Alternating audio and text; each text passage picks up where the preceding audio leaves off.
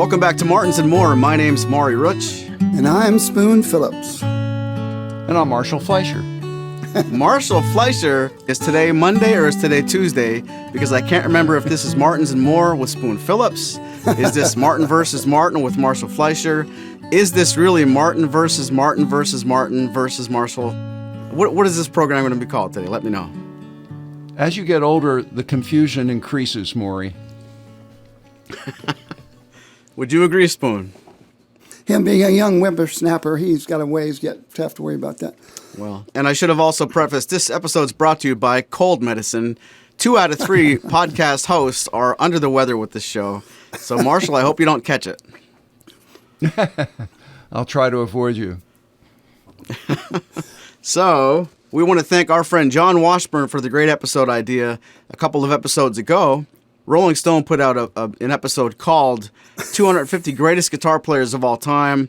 They got 240 odd, some of them really wrong, and we took an episode to really basically put our stamp on it. And when John saw that episode, he said, hey, why don't you do one about the top female guitar players and make sure you include Marshall. So before this even gets any further along, thank you very much, Marshall, for taking time out of your schedule to be John, here. I have to break it to you, but Marshall's not a female guitarist. Like I said, confusion sometimes sets in as you get older. Oh, you mean include his opinions? Oh, yes, here for Marshall, including his opinions. I'd like to say right up front that I definitely am not basing this on greatest or best or anything like that. There's so many to choose from. I wasn't thinking in terms of influence. There's probably people that I would put on here if that was the case. I specifically focused on guitar playing. So, like, there's people I might have added who are singer-songwriters that are very influential to me that are, perfectly decent professional guitarists, but aren't known for their chops, as it were. So they're not included on my list. And I also split it into genres.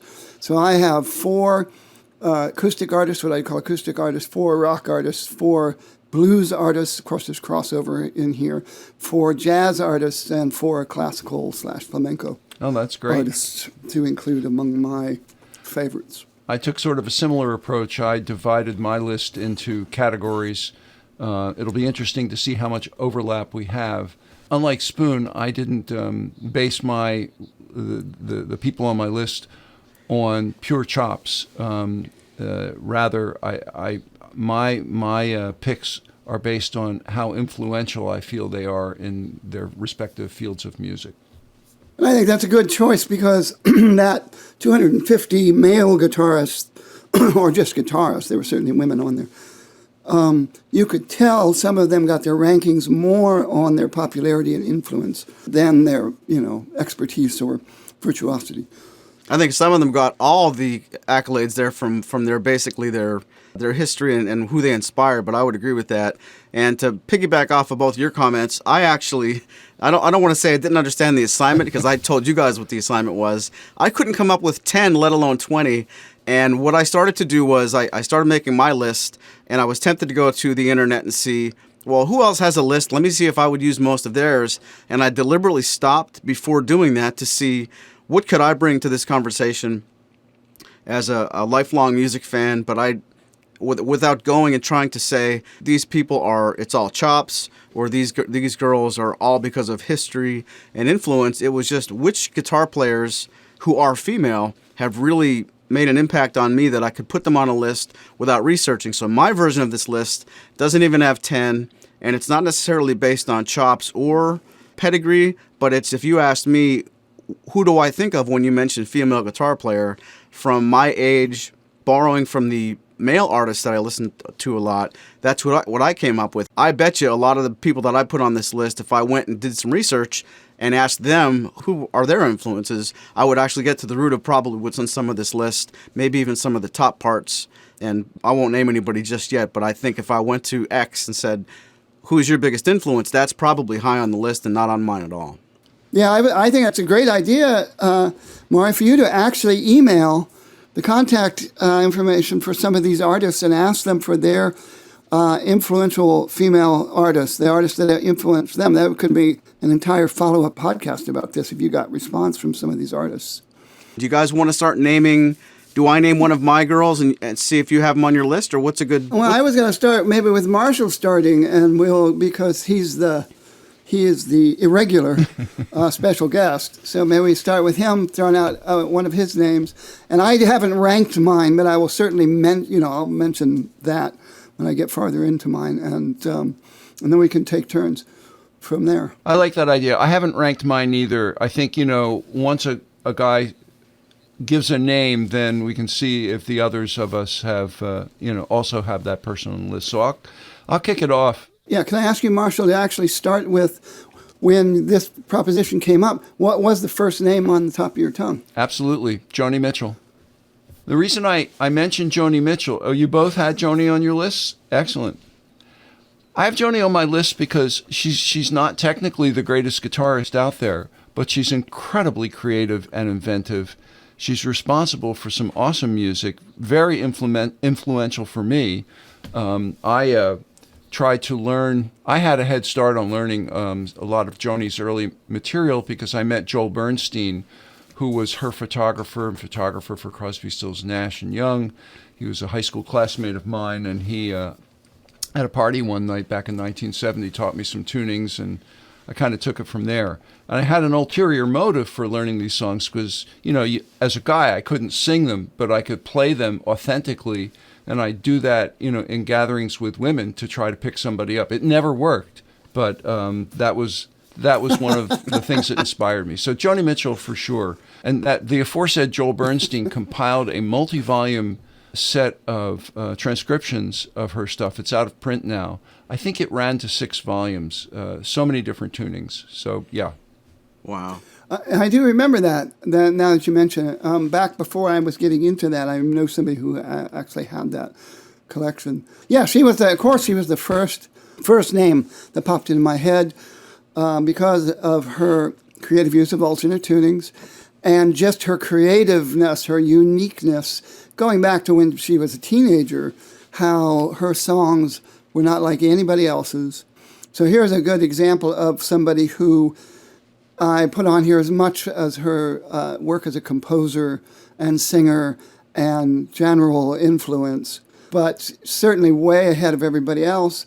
But she actually is a better guitar player than I think a lot of people give her credit for. And Herrera, I think it is, she does almost all of the lead guitar herself, like all of the lead guitar and Coyote, stuff like that. It may be relatively simple, and I absolutely love what Robbie Robertson did with that on the Last Waltz, but it still came from her original recording. And, very good first choice. So, Maury, you had Joni Mitchell as well, yes? I did, and I'll probably near the top. I didn't rate mine, but yes, certainly. I want to just offer one additional quick comment. Joni Mitchell had polio as a young child, and I read somewhere that left her with some limitations on what she could do with her left hand, and that may have contributed to her open tunings guitar style. I'm not sure whether that's true, but I have read that. Fascinating. Wow. I don't know if I don't remember ever hearing that, but it's possible I read it a zillion years ago. Yeah, and obviously she influenced an enormous amount. When I was in college, there were multiple players, and even after that, I knew somebody who went to Berkeley, the Berkeley School, and clearly she modeled herself after Joni Mitchell. There was absolutely no question that was clearly her, favorite artist, and the way she wore her hair, and got her into guitar, and as did Frank Zappa, but she didn't look anything like Frank Zappa, fortunately. But it was, big influence. So next, Maury, how about you? What else do you got on your list? I can't resist that segue. Next time we get together, we do have to do the top 10 female guitar players that do look like Frank Zappa. I'm going to put somebody on this list that I suspect one of you did and one of you didn't. And whichever one of you did, you can help me with the pronunciation. Susan Tedeschi? Yeah. You've got the pronunciation right, and she is on my list. Ooh. What about you, Spoon? Yeah, she's on my list, too. She was the number 2. They're pretty much tied. And so I have her under blues. I have Joni Mitchell under acoustic, and Susan Tedeschi on blues. for anybody who's not familiar with her, and the various bands that she has played in, Tedeschi Trucks being the most well-known, you got to check her out. She's just an absolute phenomenal guitar player. And, male, And singer. female, yeah, and a good singer. I don't know where she ranked in that 250, but she's definitely on there, and probably ranked way too low, as far as I'm concerned. So, I just, fortunately, since she's from that background of like the Grateful Dead and Little Feat and Fish and all that, there are zillions of videos out there because they don't mind if people tape their concerts. So you guys should get on YouTube and Vimeo and all that and check her out if you've never seen her. It's a total treat to watch her and I can't think of his name. Derek Trucks. Derek Trucks, yeah. Derek. Seeing them together particularly, but anytime you get a chance to see her, Susan, she's a truly world-class individualist. Yeah. I was fortunate enough to get a chance to see her in a show in Philadelphia quite a few years ago, before the Tedeschi Trucks band was formed. It may have been before she and Derek were married. And she's just a powerhouse. And I think she owes a lot to somebody else who one of us is going to name at some point in this podcast. I won't spoil that, but I want to tell you that when I think of her, I would call her the female Warren Haynes, and that's not meant to be really, really clever, but I think of somebody who's almost unfairly doesn't get the recognition, but if you listen to some of the stuff they do, some of the material they bring to the band that they didn't start, like you can talk about the Allman Brothers all you want. Very few people go right to Warren Haynes when you talk about the legends and who belongs in which place. But at the same time, find a concert from the late 90s from the Allman Brothers and his singing and his guitar playing. I don't know that she's the guitar player that Warren Haynes is, but she's another puzzle piece that, sure, she's not Joni Mitchell, but you take her out of that, take the Tedeschi Trucks band and just make it just Derek. Boy, is that different, Yeah, absolutely. And again, she was, I think, greatly influential on female guitarists that are younger than her. So very good, very good. Okay, so if it's my turn, I probably have some people you guys don't have because of the way I approached this. So I'm going to just go back to acoustic right now, and Molly Tuttle, who is an extraordinary flat picker, and right up there with all the great flat pickers. But also absolutely charming performer and extremely versatile. She's not just a newgrass picker. So just great touch, great technique, great fun, and funny, and all the stuff that makes her a wonderful in-concert artist. She's on my list too, Spoon, and I have seen her. I was fortunate enough to see her at the Ryman in Nashville as a guest artist with a group called I'm With Her, which is Sarah Jarosz, Sarah Watkins, and Effie O'Donovan, and just knocked me off my feet. Really great player. But she's been playing since she was a very young child. Isn't she still a young child? Well, compare with you, old man, but yeah. Yeah, yes. I want to tell you she's on my list since 11:45 because I forgot to put her on my list, and I peeked at Marshall's list and I thought, I can't have a list of the top female guitar players without her, but she kind of snuck into my memory. If you go back 2 years, I don't know that I knew who she was, but finding forum posts and Facebook stuff, it was quick to. I don't know where she came out of or what her deal was 5 years ago before I ever heard her name, but I'm sure people in the right circles have known what she's been doing for a long time. I'm a little bit late to that party.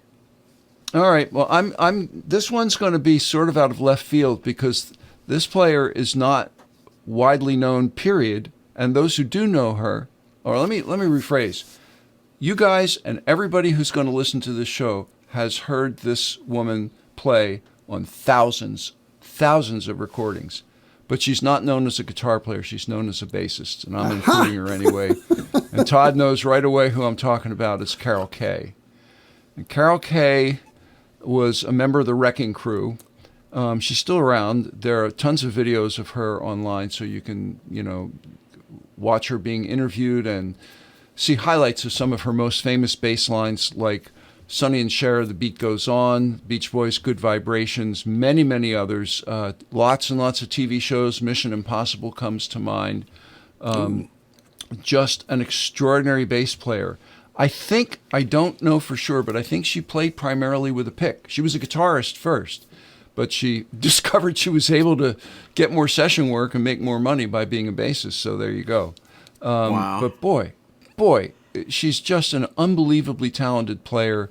And if you think, and again, there are going to be people listening to this who may not be familiar with the distinguished work of Sonny and Cher, those recording artists from the 60s. But if you think of that song, And the Beat Goes On, just think of the intro. The bass line makes that one-chord song. And I watched an interview with Carol Kay in which she talks about the challenge of coming up with a bass part for a one-chord song, and she was definitely up to the challenge. Absolutely. She's not on my list because I was going to do 3 honorable mentions at the end of the podcast that are bass players, and technically they are playing bass guitars, so technically they are. But yeah, she also picked up guitars through her session work all the time, particularly when somebody suddenly wanted to add something, and instead of waiting for somebody to come in, she would give it a go. And it definitely shows that she's a guitarist first on the opening of Good Vibrations, and that really interesting, just really on so many levels groundbreaking recording at that time, and how I don't think somebody who grew up playing the bass viol and got into electric guitar, bass guitar through that probably would have ever thought up that, the runs that she does on that.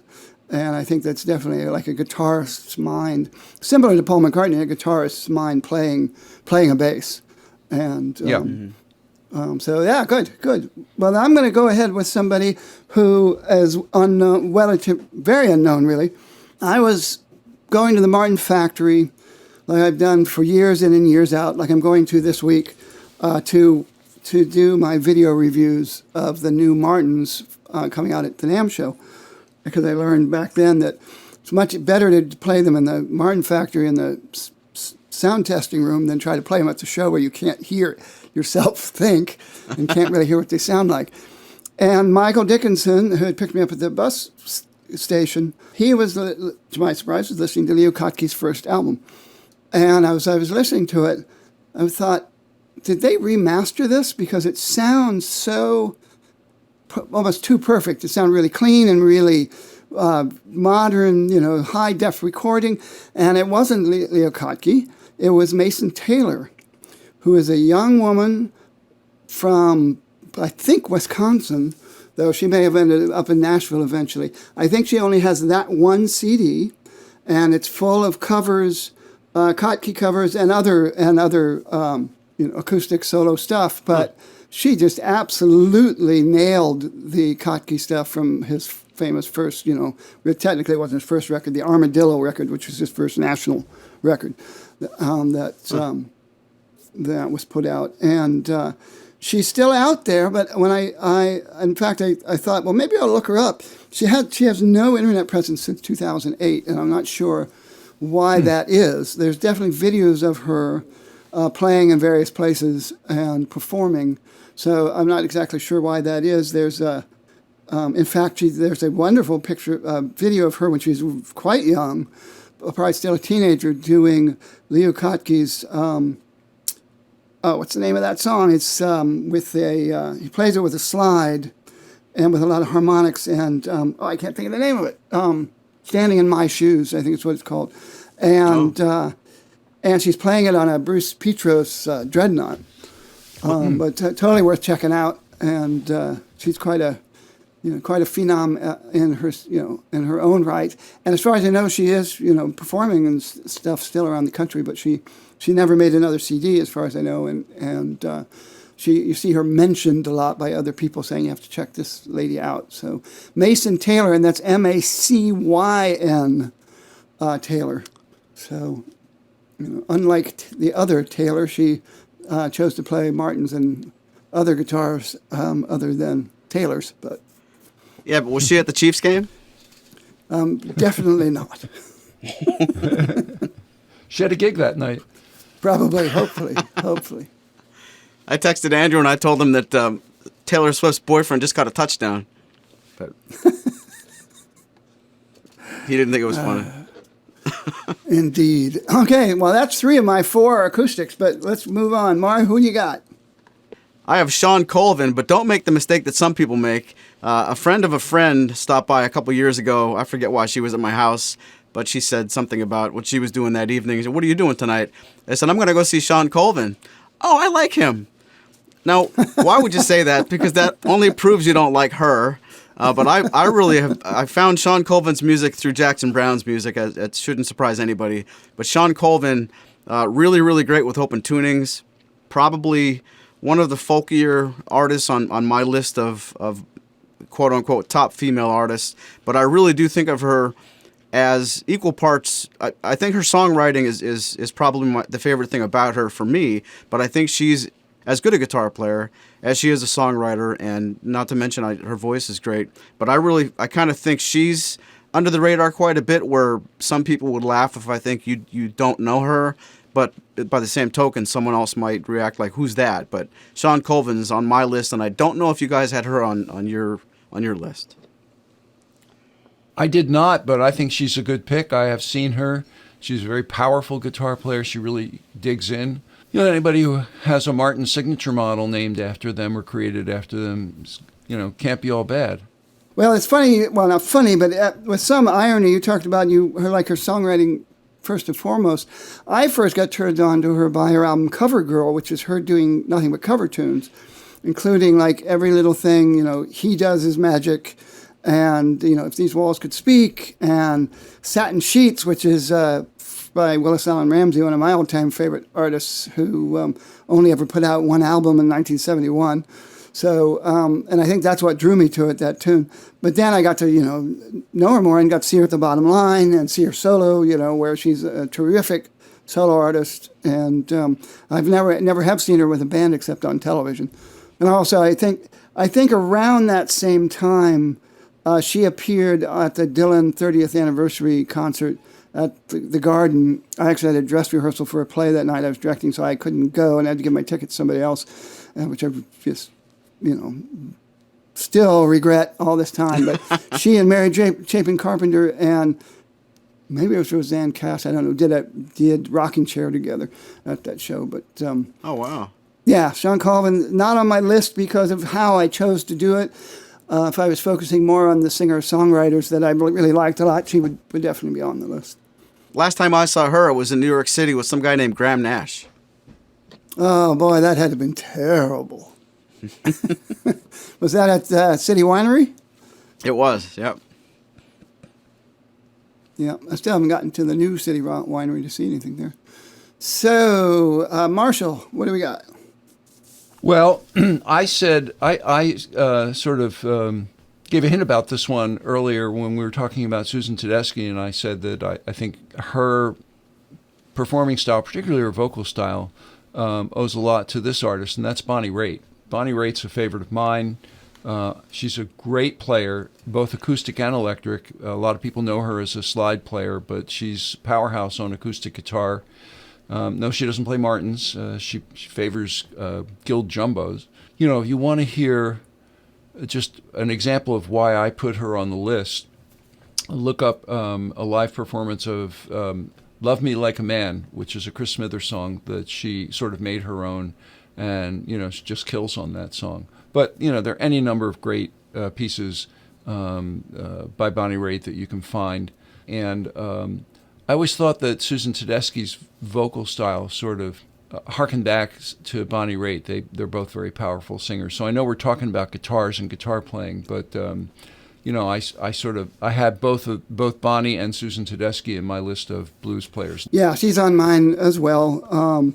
I think she probably has a wider presence and influence than most other female blues artists. And of course, Susan Tedeschi is much younger and has hit a whole new audience. But Bonnie Raitt, she's now one of the senior spokespersons for Americana blues, and so it's a delight again, thanks to the internet, to be able to see performances of her when she was very young.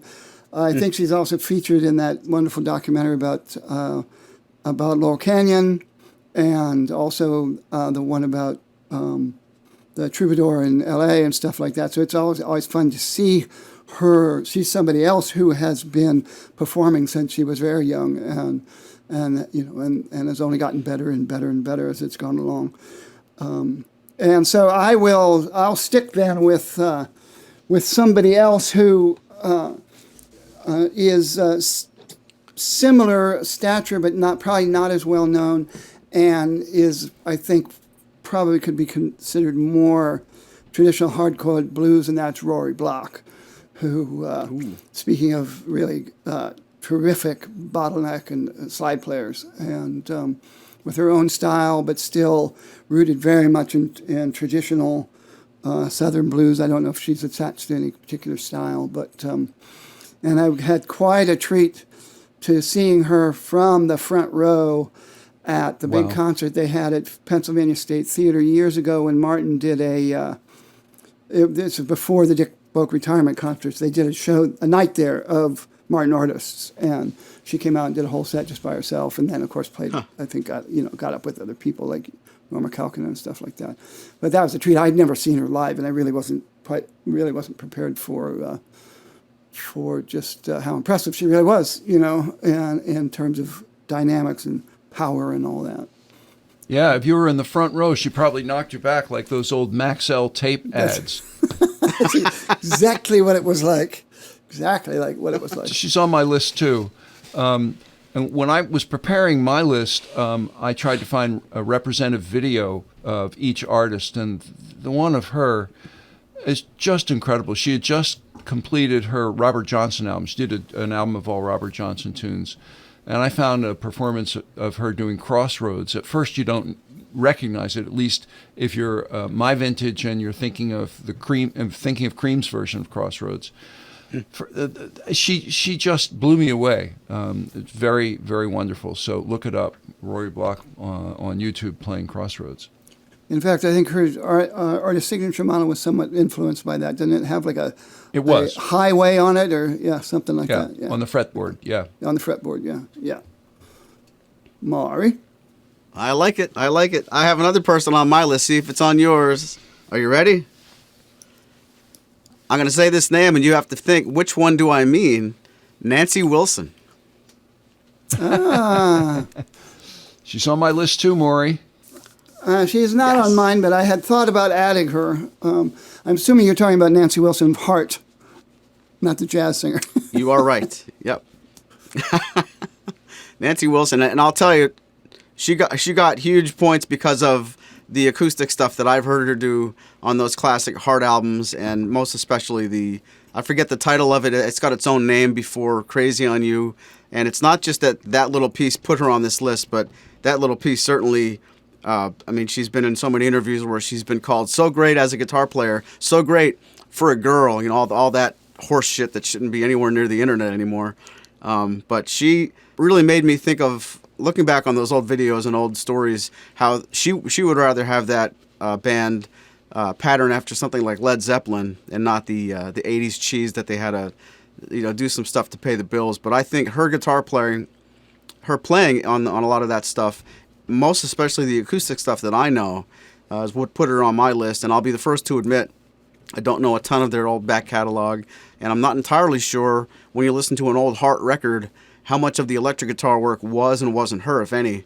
But she's, that side of that half of that sisterhood is what put her on that list for me. I think the song that you're thinking of is Dreamboat Annie. The intro to Dreamboat Annie is wonderful, and again, there are videos of that. I found a nice one where she's playing an ovation, as people did back then, because they were sort of the only game in town to electrify an acoustic, in the early days. Also, a Martin artist signature model for Nancy Wilson. Oh yeah. Yeah, but and I think that Hart always had, a lead guitar player, sort of a heavy-duty macho lead guitar player. So I don't know how much lead work she did, but she did a lot of great acoustic stuff, and she's just a solid player. And yes, it was definitely Dreamboat Annie that, kind of got my attention and made me realize, she's more impressive. I didn't take them very seriously at first because they were basically just on the radio. But certainly classic rock stuff, the boom, all those runs and stuff that she did. And certainly once you saw them on television, you realized she was playing them, Yeah. But and I have to say, when you think back to that era, and like you said, call it 80s cheese, but the style that people were producing at the time, the style of the sound that you had to have on the snare drums and whatever else they wanted to add in, there's an awful lot of bands that did not have the lasting power, and in the classic rock radio world and stuff like that as their hits. I think that says a lot for her, but I didn't add her in here because she wasn't somebody that was Again, I was thinking more. Actually, that's not true. She was one of the first people I wrote down, but then then she got bumped because of the other people I had in the rock world, and one of them is, in fact, I'm going to give you my last official acoustic artist because you mentioned the Ovation, and yes, at that time, Ovation was really the first. For one thing, they weren't made of wood, and so that weird, odd-shaped piece of fiberglass that actually was literally came from a mold of a piece that was put on helicopters, part of a helicopter engine. Yeah. Because it was made at an old helicopter factory, and that's where they came up with that body. Didn't feed back in big arenas at a time when acoustic pickups were in their infancy, and that's why everybody from Keith Partridge to Adrian Legg to everybody played Ovation. Paul McCartney? Paul McCartney. Well, this artist, Kaki King, is really more a composer. I mean, she's a brilliant modern guitarist, fingerstyle, slap, tap, alternate tuning. But she's also a composer, does chamber orchestra composition that she performs with, and she actually plays Adamas acoustic guitars, which is Ovation's off-brand. And though they still have higher-end models, outside of the, but that she just likes. She has a couple of different Adamas. She probably has her own Adamas signature model by now, but she had a couple of different models that she really liked. And that kind of fit her style, black with those kind of bubble sound hole things that they have, but really a remarkable individual artist, and that's Kaki, K-A-K-I. So people are listening to this who've not seen her or heard her. She's really a world class. I wouldn't call her avant-garde or composer, but certainly unique. She is unique. Absolutely. She was on my list. The representative video that I selected was one of her chamber music pieces. And she's impossible to categorize, but she's incredibly talented as a musician and composer. So we've gotten 10 on our list so far. Well, I made 20 of my own, so we don't have to go through all of them. But Maury, what do you got next? Well, I can't resist. You guys make it sound like we're at the middle of the show, and you said the word 20. Hence my question. You guys want to play? Oh, I think he's talking about 20 questions. Oh. 20 questions. 20 questions. So this is the game typically where one of us, either the smart guy being Maury or the wise guy being Spoon, thinks of a guitar that the other person has to guess what it is. But today we have one of our favorite special guests. We have Marshall Fleisher, and he is going to pick a Martin guitar that's available for sale today. And Maury and I are going to take turns asking questions. We get up to 20 questions collectively, and we can guess up to 3 models as to what might be. Those 3 models count toward those 20 questions. So, Marshall, are you ready? I am ready. Okay, Maury, as host, I'll let you have the first question. You're on the clock. 20 questions now. Okay, Marshall, is this guitar made in Nazareth? Yes. Marshall, is this guitar made with the dreadnought body size? Yes.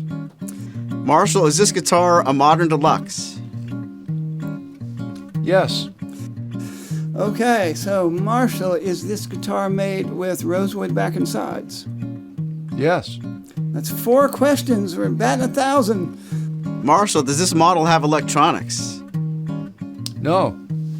Ooh, Does this guitar have abalone pearl somewhere on the top? Nope. Ooh,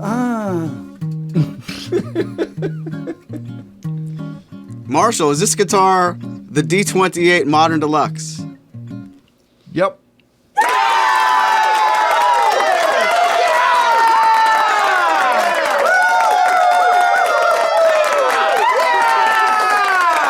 Excellent. Maury, you still got it. I picked an easy one, and I got my specs just in case on my iPad. Well, they are very impressive guitars, that's for sure. Marshall, do you own a Modern Deluxe? I own a 00018 Modern Deluxe, yes. Huh? Very nice. I absolutely love it. And I will just say, and this is an unsolicited and uncompensated plug for Martin, I don't get why people don't get the Modern Deluxe series. Maybe they do, but I get the sense that it's sort of, they're hidden gems, that people aren't buying them in the numbers that they might if they knew how much better they are than their counterparts in the standard series. I owned a 00018 from 2021. It's a great guitar. I loved it. I got a 00018 Modern Deluxe on my hands.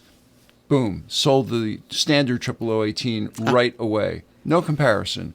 And every Modern Deluxe guitar I've played, and I've played quite a few of them. I've played OM28, 00042, D18. Every one has just been the bee's knees. They found a secret sauce. It's great between the torification and, the composite bridge plate and the various other things. Plus, they just look smashing. If I were in the market and had a spare $7,400, I might buy myself a 00042 Modern Deluxe.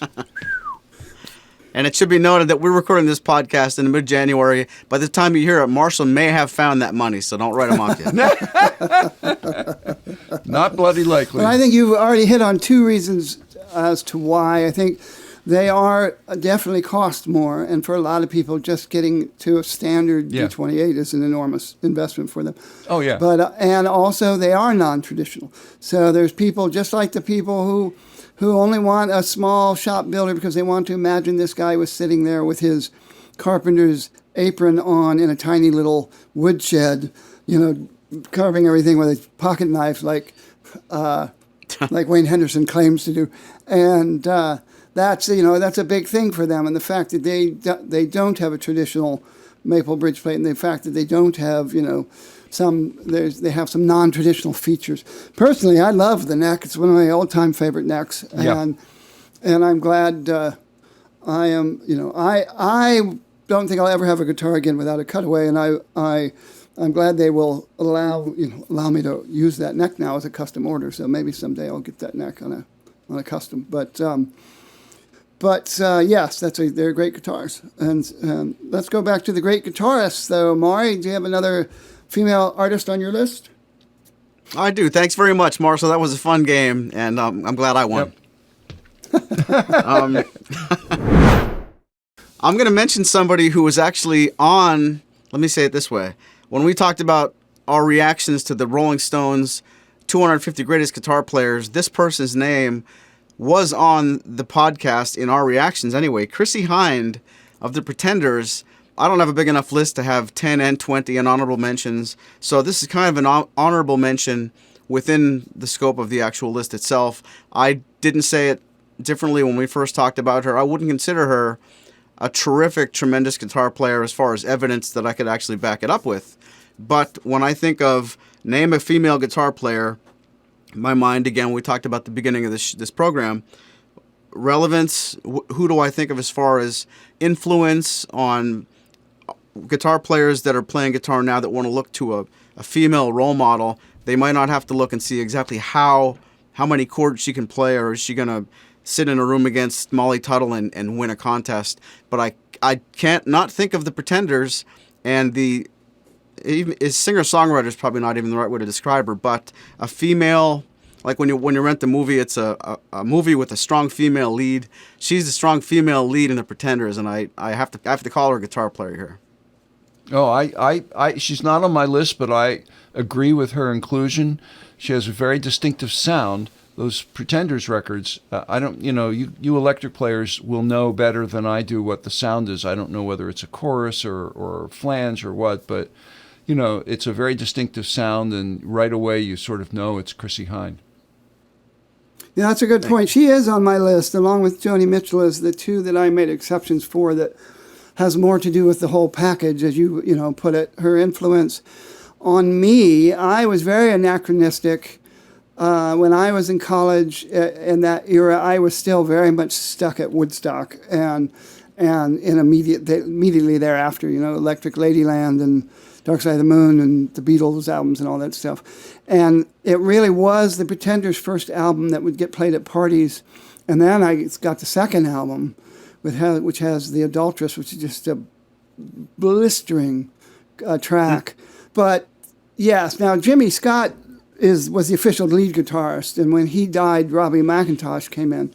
But Chrissie was the main songwriter. She's the one that came up with the chord progressions. She's a very clever rhythm guitar player. She's got great licks that she comes up with on her own. And then I think as they got older, too, when you see later stuff, she was even more of a force, I think, in the guitar playing field. So, yeah, they kind of pulled me into the modern world. And compared to other people, Poison Ivy of the Cramps, what were maybe hotter guitar players in that era of those kind of rock and rollers, I never knew very much, and their music never really did much for me. But she's on there. By the way, Spoon, I'm still stuck back in the era of Woodstock musically. There's nothing wrong with that. I am still, I've got at least one full boot back there too. So yeah. Tune into Martin versus Martin Tuesday evening, and you'll see what I'm talking about. Anyway, all right. Well, one of my categories is legends, and Joni Mitchell and Carol Kaye were both in my legends category. And here's another one. It's Maybelle Carter. Maybelle Carter is or was an incredibly influential guitar player, musician generally speaking, and certainly not the best guitarist that we've named so far. But I don't think you can have a list of influential or important female guitarists without including her. I think that's true.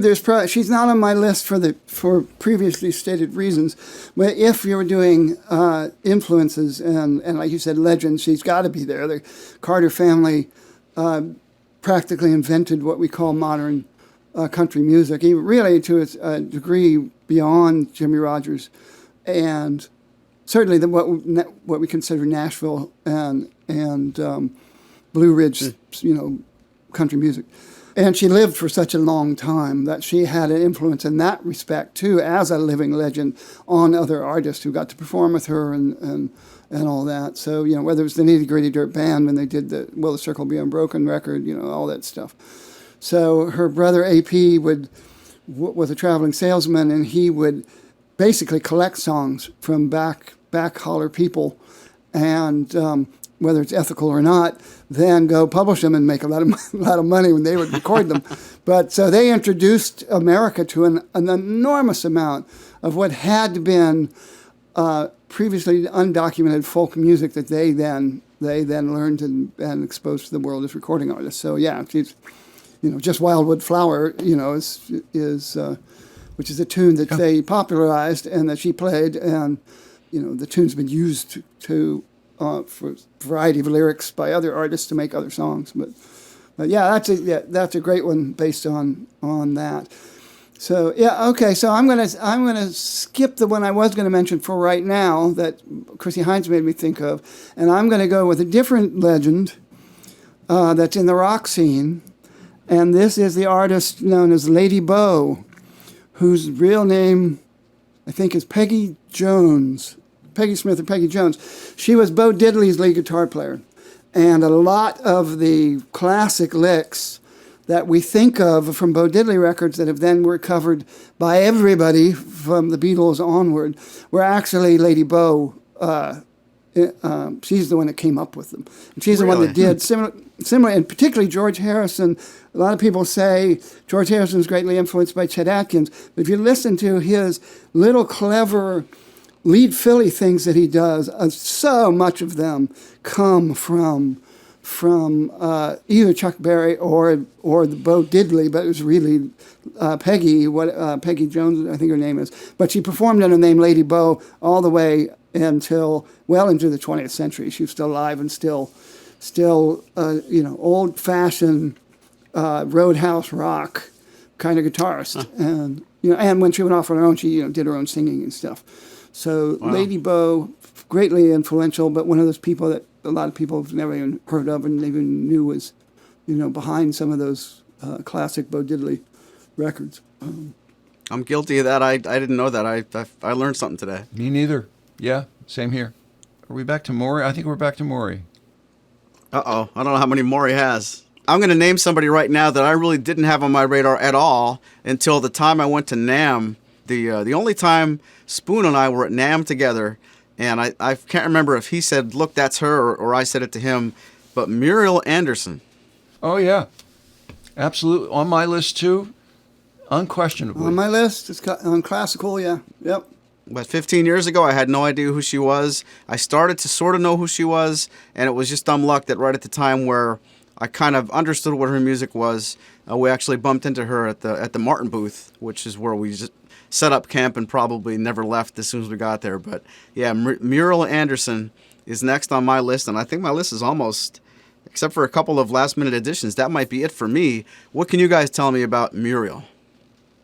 Well, one thing about her is that she's done a number of recordings on harp guitar, and there's really something to listen to. She plays in a variety of styles, classical as well, but her harp guitar recordings are maybe a good place for you to dip your toe as you want to listen to Muriel Anderson. Yeah, I have her in my classical / nylon string players, and I try to keep this based on their professionalism, but she's absolutely adorable as a person. She, particularly when you meet her in person, yeah, she's absolutely adorable. And there is, it's probably still out there. Long ago, she had a video out there where she was demonstrating the harp guitar and how it works and showing, and giving some really amazing things. One of our dearest friends, Frank Krupin, and his wife are good friends with her because they've been seeing her for years and years and years, back, going way back into her career to the point that they're on first name basis, and they used to always try to see her whenever she was around. Very cool. So they had told me about her, and I know a little bit, but it was when I met them at Martin Fest and we were talking about guitarists and they brought that up. I think they're actually going to see her at some point or had just seen her. And then afterwards, we went to NAMM, and there she was, and very charismatic person in a very quiet, nice way, but she certainly has a certain sparkle about her personality-wise, and so yeah, she's on among my 4 nylon / classical players. Sweet. What else you got, Marshall? Under the blues heading on my list, I've got Sister Rosetta Tharpe, who was a sort of pioneering blues woman, played almost all the videos that I've seen of her. She's playing a white Gibson SG, so she's an electric player and played some pretty hot blues licks, and was a belter as well. And she, I think, also is a very influential musician who might not be terribly widely known to modern-day audiences, but worth checking her out. Sister Rosetta Tharpe. Spoon, what do you think? Well, and apparently, according to what video footage still exists of her, she also, no matter where she was, no matter if she was at Carnegie Hall, whatever, she always performed in what looked like the winter frock coat of Yes. like a middle-class housewife. And and so maybe she was cold, always cold. But It's a trademark. But yes, it is, but by modern standards, it's kind of funny to see this African-American woman in that big winter coat with her hair done in the old-fashioned hairstyle. But I think there's deeper reasons for this. She was playing in the blues genre and, with a greatly overloaded, overdriven amp and, big fuzz tone before they had pedals for that kind of stuff. Yeah. But she was singing the blues, but none of her songs are improper. They're not raunchy. It's not about rocking and rolling all night long in the back room or any of that stuff. And a lot of them are very faith related. A lot of spirit. Almost gospel. It's like blues, gospel blues, and very above board stuff that is, you could even say is I don't know, there might be a murder ballad in there somewhere, but for the most part is family friendly blues at a time when typical roadhouse blues often wasn't. Though they would save those songs at the midnight rambles until after the kids were in bed, sort of thing. But she never went down that road. So, but yes, greatly influential, particularly for. I don't know if anybody else was playing in a Gibson SG when she was. She was probably one of the very early artists to adopt that guitar as a major guitar. All right, well, I'm going to stick with blues then and add my last blues person, which is Anna Popovic. It's hard for me she's Serbian, so I'm not sure if it's Popovic, but she's a worldwide traveling artist and very much in a, when you think of Tedeschi, I can never say her name right. Tedeschi, say it, Marshall. Tedeschi.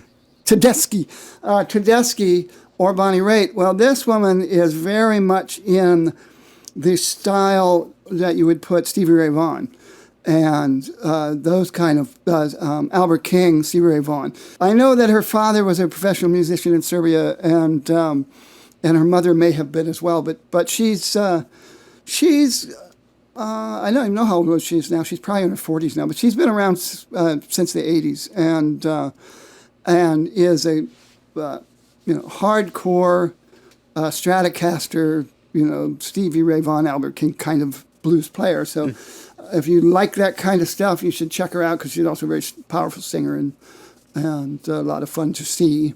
And when she gets over here, she's often in plays in music festivals and stuff like that because she's not that well known over here. But so I think she just played Jim Thorpe very recently. Now that you say that, I think she was just near my hometown. Is that right? Oh, I wouldn't be surprised. Sure. Maybe she's even over here permanently now. I don't know. That's entirely possible. But she gets a lot of ink in Vintage Guitar Magazine. That's a periodical I subscribe to. Oh, no kidding. Oh, okay. Well, yeah. That rounds up my blues. So I've gone through my acoustic, we can do some revisiting Joni Mitchell, Khaki King, Molly Tuttle, Mason Taylor. And then my blues are finished. That was Susan Tedeschi, Roy Block, Anna Popovic, and Bonnie Raitt. Well, I've got an acoustic finger stylist, actually several of them, but I'll just limit my remarks to one who maybe neither of you know, but she's awesome. Her name is Maury Flower. And Maury Flower is probably approaching my age. I'm 72, so she's been around for a while. She's a brilliant finger picker. You may see her if you frequent the if you're looking on the internet for guitar porn, as many of us do. One of the websites you might go to is Dream Guitars, which is in Asheville, North Carolina. Oh, I know. And who you're Maury talking Flower about. does. Yeah, she does a number of the video demos for Dream Guitars, showing some of their fabulous guitars. And there's a video of her demoing a Martin OM28 from, I'm going to say 1931, thereabouts, give or take. that is worth watching. A, because she's a great guitar player, and B, because the guitar just sounds so incredibly good. A wide variety of material that she does. These days, she's playing a Fraulini guitar, an individual luthier, Todd Cambio. I'm not sure if I'm getting his name right, but it's a cool guitar. He's an American builder? He's an American builder, yeah. And the brand of guitar, Fraulini, is spelled Fraulini. But more to the point, Mary Flower. That's an easy name to remember. Look her up. You will be rewarded if you do. Ah, great, Nice. great. Yeah, that's they're totally off the radar. But yes, now as soon as you mentioned Dream Guitar, I know who you're talking about. And yes, it's fun to just go there and listen to it. I think it's a bit unfair that they get people like that to demo the guitars, because they are definitely making them sound better than most living individuals can possibly make them sound. But That's definitely true. But How about jazz, Todd? I have one more. Well, actually, I had two more rocks. I'll just put them out there. St. Vincent is a young modern artist who, I don't remember her real name right now, but she does everything from Beatles covers to probably Hendrix, and she clearly acknowledges her influences, and does a great job. I don't know. I Dig a Pony. I mean, all kinds of stuff that she'll do, but she does a lot of her own modern, more contemporary style stuff, and she's considered one of the hot guitarists today, and has a big following and goes by the name St. Vincent, the ST period Vincent, for those who don't know her, but I imagine a lot of people listening do. And then the other person is Brittany Howard, speaking of African-American women with big voices, from the Alabama Shakes. Now, she's a force to be reckoned with, and I'm sure Agreed. I'm sure Sister Rosetta had was a major part of her background, if not Odetta for that matter.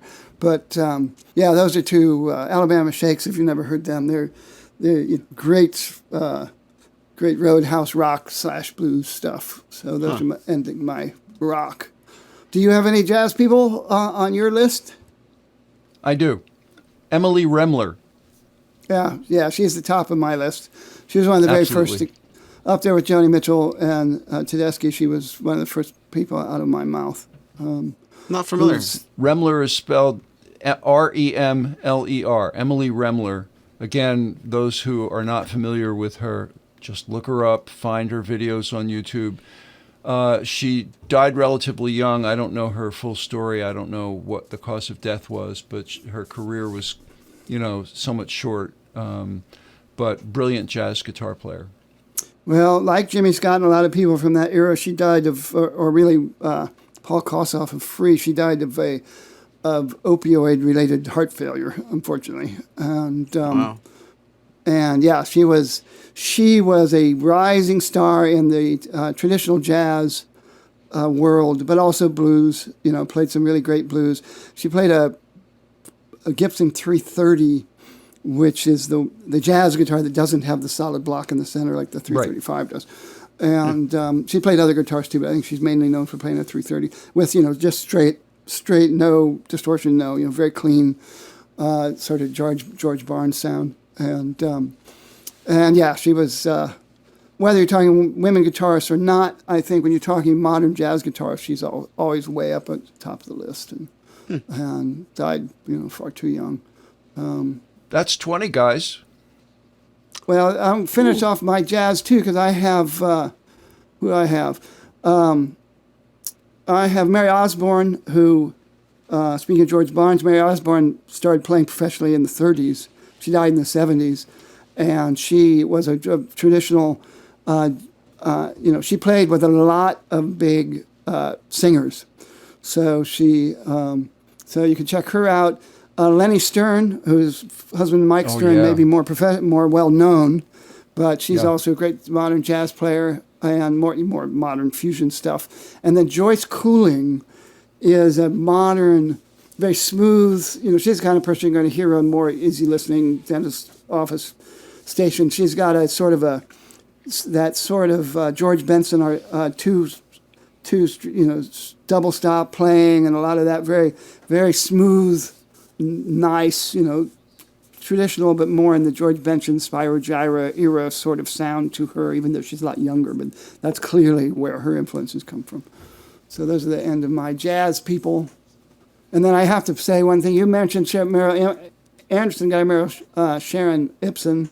We're going to talk about the crossover classical players. Leona Boyd is a half English, half Spanish flamenco player who's really hot. And then I've got to mention this young woman. She is not Serbian. She's Croat, and she is Anna Vidovic. Yeah. And she's, speaking of adorable, she's really charismatic, really literally really beautiful, young 20s, but a child prodigy classical player, and now not a child anymore, but is is really beautiful, and so I like to listen to her too. But I think that rounds out my female guitarists that I like a lot. Well, before this episode gets too long in the tooth, I want to invite you guys listening, those of you who are watching this on the YouTube version, please let us know in the comments or the chat, who did we get right? Who did we miss? Somebody out there has to know somebody that was not spoken for. It's probably Marshall's fault, possibly Spoon's fault, but can't be my fault. And I want to name 3 more people they weren't on my list, but as we talked, those names came into my mind. And I certainly have to go back to the vibe of influence and who they are in the musical landscape, maybe not their chops, but so much so I only have to say their first name, not their second name. Do you agree that I should say the words Emmylou, Carly, and Joan? No. Well, I think Emmylou Harris is certainly influential in her own way. I wouldn't think of her in terms of guitar chops necessarily, and right. Or Carly Simon. It depends. You mean Joan Armatrading? Joan Baez. Oh, Joan Baez, Yes. of course. Joan Baez had been on because she certainly was a big influence on me and her finger picking, and I think just Diamonds and Rust on its own is a very impressive, piece of guitar playing and composition. So yeah, I think so. But Joan Armatrading, a lot of people say they're one of her favorite. She's one of their favorite guitarists. I've never seen her in concert or anything, but I do a couple of her songs. But yeah, she's good. But there is one glaring omission. I can't let this show end without mentioning Elizabeth Cotten. I was wondering why you didn't mention her. Wow. Because when it comes to legends and see, I didn't go with the legend thing. She was certainly inventive and influential, but a lot of people don't even know who she is now. Well, that's sad. Just think of if you're an acoustic guitar player and you're learning how to finger pick, one of the first songs that you probably tried to learn was Freight Train. That's an Elizabeth Cotten piece. One of the amazing facts about Elizabeth Cotten was she was a left-hander, and she played left-handed. She played a righty strung guitar left-handed. So instead of picking bass notes with her thumb, like most of us do, she used her fingers, and then she played the melody notes with her thumb, and developed this style that we all refer to as cotton picking, but completely backwards, but very, very influential, sort of seminal figure in the world of acoustic guitar playing. Certainly, and she ends up on a lot of lists, I think, because they're like, we need women to name, and some for a lot of people, she's the only woman guitarist from the old days they can even remember, unfortunately. But yeah, she invented a kind of picking that a lot of people, we all go back to Merle Travis and say it's Travis picking because he played with his thumb and his index finger. But she was doing it before he was doing it. She's just doing it completely reverse, which is amazing when you see her do it, when you watch her play Freight Train or anything else. Yeah. Yeah. Well, I'd like to close out my portion by saying I was going to mention 3 bass players that I felt deserved to be mentioned. One of them was Carol Kay. The other one is, what's her name? Tal Wilkenfeld? Tal Wilkenfeld. She's on my list too. Oh. Yeah, Jeff Beck's bass player, but also a lot of other people. But regular bass, 6-string bass. She's amazing, and clearly somebody who's approaching it as a musician, not just as a bass player. And then I'm going to just mention, because you mentioned Chrissie Hynde, and I mentioned Chrissie Hynde, Tina Weymouth of Talking Heads was a major, right after the Pretenders with Talking Heads really kind of brought me into what back then was contemporary music. And when you see her on stage, she's one of those people that you realize is a much more interesting musician than you might know from listening to the records. But when you watch her actually playing, she's a very good bass player that, again, was probably a guitarist before she was a bass player, and kind of approaches things through that mindset. But Maury, do we have time for a couple of real quick honorable mentions? Absolutely, we do. Courtney Hartman, a great acoustic player in the bluegrass vein, but she just goes well beyond bluegrass. I sort of think of her at the same time as Molly Tuttle. Bunny Barnes, no one here has heard of Bunny Barnes. She's a fingerstyle player from my area, the Philadelphia area. She's kind of a Tommy Emmanuel acolyte. Wow. She's incredible, absolutely incredible. Yasmin Williams, who is a very young fingerstyle acoustic player who plays in a very unusual style, interesting compositions. Patty Larkin, an acoustic player who probably in her 60s now, great player. And Ani DeFranco, who is also had a very unique approach to guitar, primarily acoustic, and worth including in any list of great or influential women guitarists. yeah, she was on my longer list, but she didn't make my cut when I was trying to cut it down. But yeah, very good. Same here. Very good.